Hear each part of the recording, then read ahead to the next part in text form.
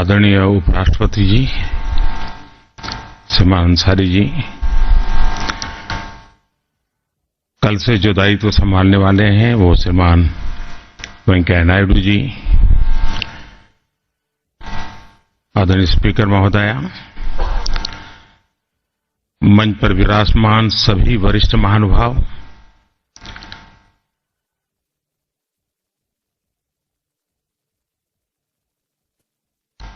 मुझे बताया गया कि 1984 के बाद शायद पहली बार किसी उपराष्ट्रपति की विदाई का समारोह हो रहा है, क्योंकि ज्यादातर इस्तीफा देने के कारण या राष्ट्रपति का चुनाव लड़ने के कारण और किसी का स्वर्गवास के कारण बीच में ऐसा अवसर ही नहीं आया। और जब 84 में संसद में उपराष्ट्रपति जी का विदाई का दिवस था तो उस समय इंदिरा जी भी मौजूद थी। कई वर्षों के बाद ये अवसर आया है। 10 वर्ष का कार्यकाल एक सांसद के नाते 10 वर्ष विविधताओं से भरा हुआ रहता है। बहुत एक्साइटमेंट के पल आते हैं, उतार चढ़ाव आते हैं, समाज जीवन में घटने वाली घटनाओं का एक सांसद के जीवन में बहुत कुछ होता है। इतने सारे अवस्थाओं के बीच चेयरमैन को एक स्थिरता बनाए रखनी पड़ती है। कितनी ही तीव्रता क्यों न हो, कितनी ही विपरीत अवस्था क्यों न हो, और 10 साल तक लगातार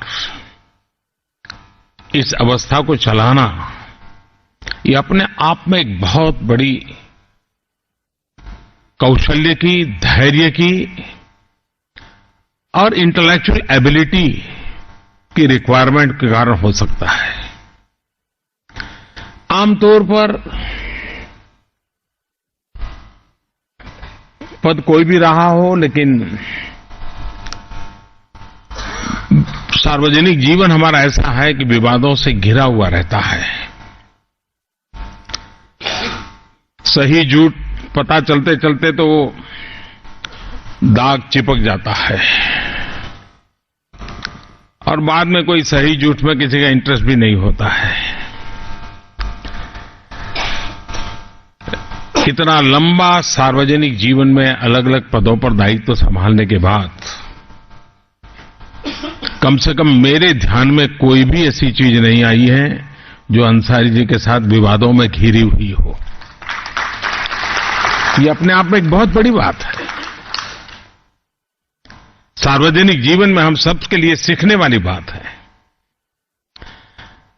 अंसारी जी का पारिवारिक बैकग्राउंड बहुत ही रहीसी, एक प्रकार से सार्वजनिक जीवन की रहीसी विरासत उनको मिलती रही है। उनके दादा, नाना, पिता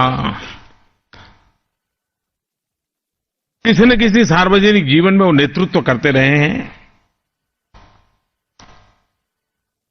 बहुत कम लोगों को मालूम होगा शायद, उनके एक फर्स्ट कजीन ब्रिगेडियर उस्मान 48 में पाकिस्तान के साथ लड़ाई में जम्मू की धरती पर शहीद हुए थे, देश के लिए बलिदान दिया था। तो ऐसी एक परंपरा से पले बढ़े अंसारी जी संसद में, और मेरा अनुभव रहा है कि वो अपने विषय में बहुत कम बताते थे। मैं कभी उनके घर भी जाता था, जब मैं मुख्यमंत्री था तब भी जाया करता था। तो मेरा अनुभव रहा कि वो जिज्ञासु की तरह आपको बारीकी से पूछते रहते हैं। शायद वो उनका कैरियर डिप्लोमेट के कारण भी शायद ये उनका गुण विकसित हुआ होगा कि सामने वाले को बिजी रखो, वो बोलता रहे, हमारे जरूरत निकाल देंगे। और वो गुण उनको सदन में भी बहुत काम आया। बोलते रहो भाई, देखेंगे आगे क्या होता है। जब ऐसे विदाई समारोह में जिनकी विदाई हो रही है, उनके लिए जो बोला जाता है, एक प्रकार से हिडन वे में जो आने वाले हैं उनके लिए संदेश होता है।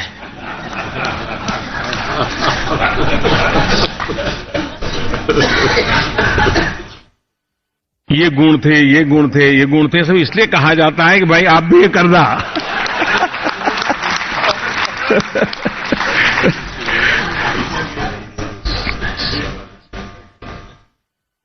और मुझे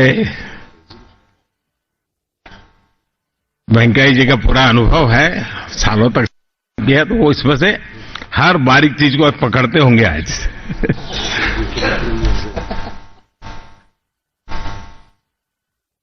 मुझे विश्वास है कि इतना लंबा सक्रिय जीवन, इतना लंबा अनुभव, 10 साल के कार्यकाल में काफी बदलाव राष्ट्र जीवन में भी आए हैं।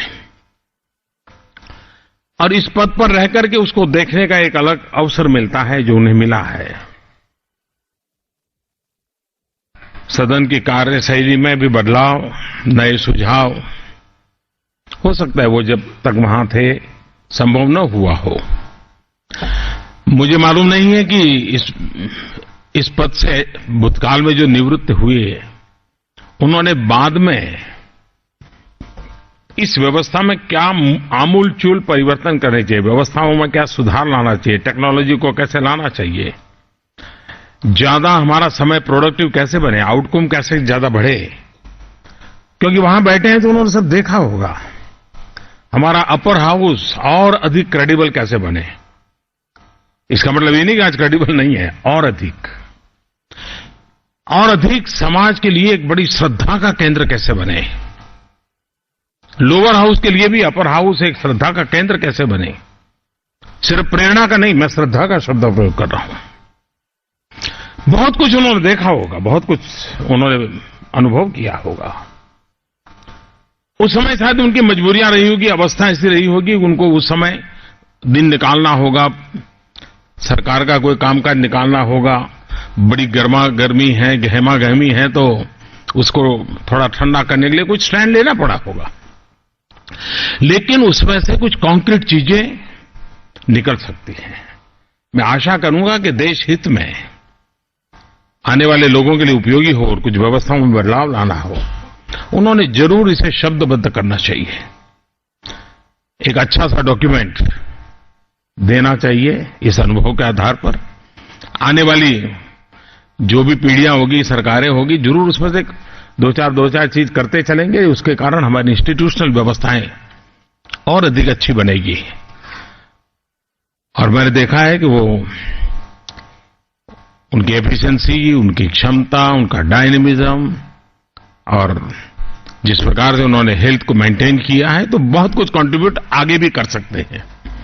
मैं आशा करूंगा कि वो जरूर हम लोगों के लिए उपयोगी बहुत सी चीजें हमें देते रहें। मेरी उनको बहुत बहुत शुभकामनाएं हैं। उत्तम स्वास्थ्य के लिए शुभकामनाएं हैं। उत्तरोत्तर देश की जरूरी चीजों में उनका मार्गदर्शन मिलता रहे, इस अपेक्षा के साथ बहुत बहुत धन्यवाद।